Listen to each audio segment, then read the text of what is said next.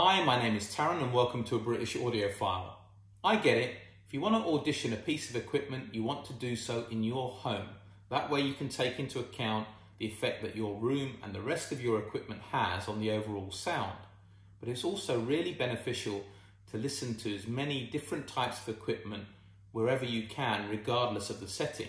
Whether it's a friend's house, whether it's a dealer demonstration, or even at a hi-fi show. There might not be the ideal environments to do a critical listening evaluation, but you'll get an overall impression, and that will be useful when it comes to choosing your next piece of equipment. So that got me thinking, if I was going to have a listen to some piece of equipment remotely, I couldn't take my entire playlist. There's hundreds, if not 1,000 tracks on there. Could I do an exercise where I limit myself to just 5 tracks? And what would those tracks be, and what criteria would I choose them by? Well, let's look at the criteria first. I think the first thing is that it needs to be well recorded. It doesn't have to be a reference recording or a Chesky recording, one of those audiophile labels, but it does need to be well recorded. At the end of the day, I want to see what this piece of equipment is capable of delivering. The second thing is that I think it needs to be something that I'm very familiar with. I don't want to learn what's on the recording. I need to instinctively know what's there, and something that I enjoy listening to would be beneficial because I may listen to the track a number of times over again.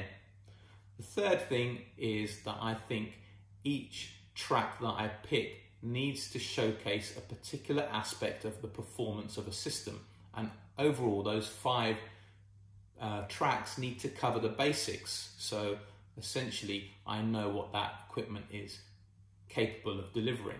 So let's see how I got on.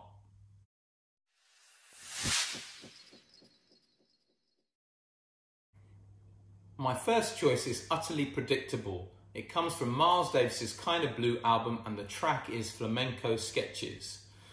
Now, Miles Davis's Kind of Blue album is perhaps the most famous jazz album ever produced. So just before I get into why I chose this particular track, I want to explain why this is such a seminal piece of work, if you just indulge me for a moment or two. It was recorded in 1959, and yes, it sounds excellent. And that turned out to be a landmark year in the history of jazz.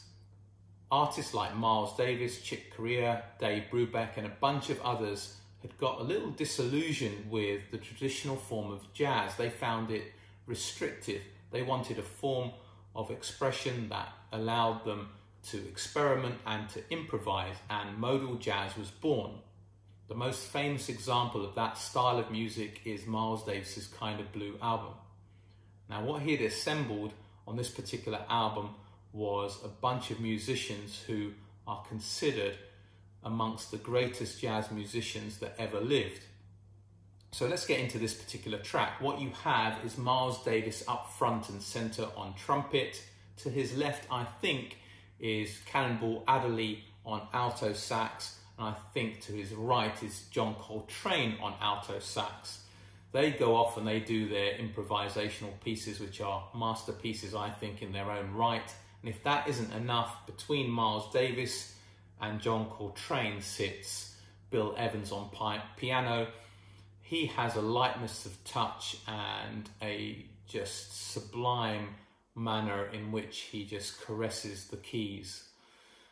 And they're supported by Paul Chambers on double bass. And if you want to see if your system is able to produce low frequencies down to the 40s in richness and variation in tone, just listen to his double bass. It certainly shouldn't sound like one note bass.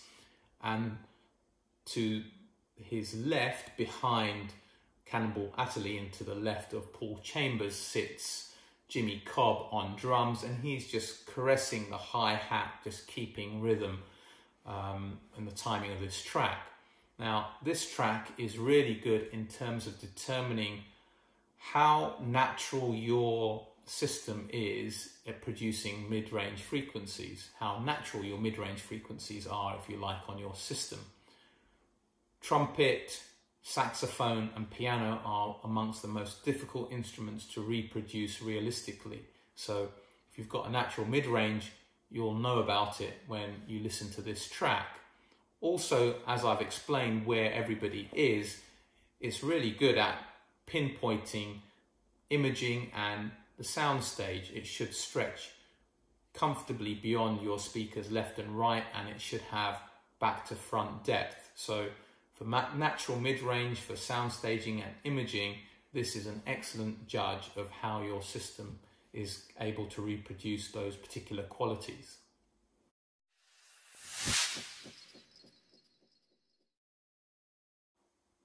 Now, if you want to judge your system in terms of its ability to produce scale and dynamics, classical music is a good place to start. And the reason is that classical music tends to be recorded particularly well, and it has excellent dynamic range. That means there's a big difference between the quiet passages and the loud passages. And for those of you who aren't into classical music, if you want a good place to start, I'd start with the London Philharmonic Orchestra's album, The 50 Greatest Pieces of Classical Music. I'll put it in the description notes for those of you who may be interested, and you'll be surprised. You might recognize more pieces than you might think, and the reason is a lot of them are used on music, on movie soundtracks. I haven't gone for a classical piece here. I've chosen Duke Ellington and his orchestra, and the track is Afro Bossa from the album of the same name. The reason I've chose that is because I'm more of a jazz fan than a classical fan, and as I said, you want to choose tracks that you're prepared to listen to again and again.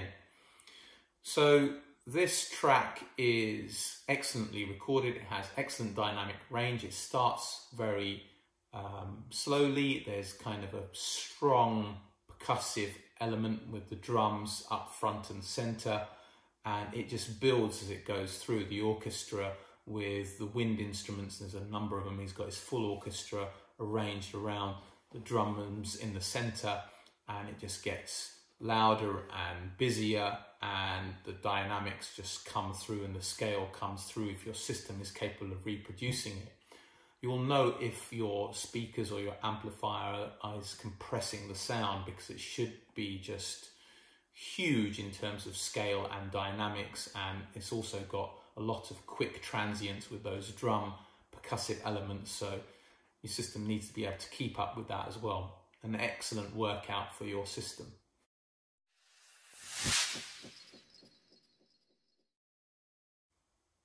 I love the blues. I love the smouldering, moody vibe in the best blues tracks. Now, I recognise that there's great male and female blues singers out there, but it's really the male blues singers that get my motor going. The best of them have a real weight, depth, chestiness to their voice, a real gravitas, if you will. And pick anything that's well recorded by Muddy Waters, John Lee Hooker, B.B. King, and you know what I'm talking about. What I've chosen here is a track by a lesser known artist, but equally great in my opinion, in Carey Bell. The track is Sweet Little Woman from his album Harpslinger. Now, if you're interested in the blues and you haven't heard that album, you have to go and check it out. It is phenomenal. This track is an upbeat number with a strong sense of rhythm that's provided by the bass player and the drummer. The electric guitar has a warm, rich tone, but it's really all about Carey Bell, his singing and his harmonica playing. If a system is capable of producing lower mid-range frequencies realistically, his voice will have real weight and authority. Similarly, if it's capable of producing upper mid-range frequencies realistically, the harmonica will have texture and tone. It will sound sharp, but it won't sound shrill. It needs to be kept in check in those critical frequencies. So, worth checking out, a great test for your system yet again.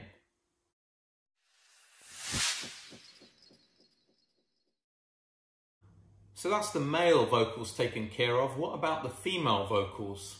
Well, if I'm honest, this is the one area I found it most difficult to pin myself down to one particular artist and one particular track. There are so many great female singers out there. Who to choose from?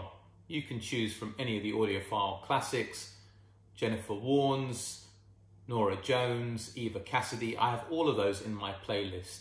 In the end, I cheated. I chose 2 artists on one particular track, and the track I've chosen is Tell Him by Barbara Streisand and Celine Dion. Of course, phenomenal singers in their own right. And again, truth be told, this isn't necessarily my favourite female vocal performance. I know what I said and I stand by that. You need to choose tracks that you like and are prepared to listen to for a period of time. I am prepared to listen to this again and again, just not necessarily my favourite track. The reason I've chosen this is for its technical performance. I wanted something with a falsetto where I could test out those higher female frequencies, and if your system is capable of producing female vocals accurately, the vocals on this particular track should be crystal clear, and the vibrato in their voices should also be equally apparent. So I thought it was a good test for that particular reason.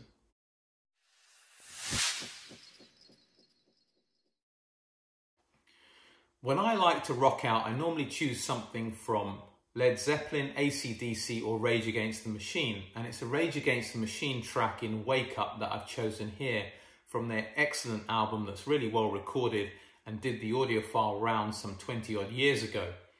Hard rock or metal, if it's well recorded, is an excellent workout for your system and a way of judging if it can keep up with a lot of fast transients.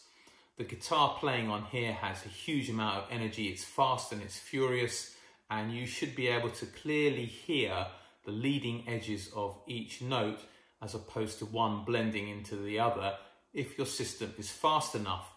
The drum beat is phonetic and again should be clearly distinguishable. So again, another exceptional test for your system. So how did I do with my 5-track selection? You be the judge. And what tracks would you choose as your 5 demo tracks if you were going to audition a piece of equipment or a system somewhere else? So hopefully you've enjoyed this video, and if you like it, hit the like button, please share it, and if you haven't subscribed already, please think about subscribing. But for today, for now, a British audiophile signing off.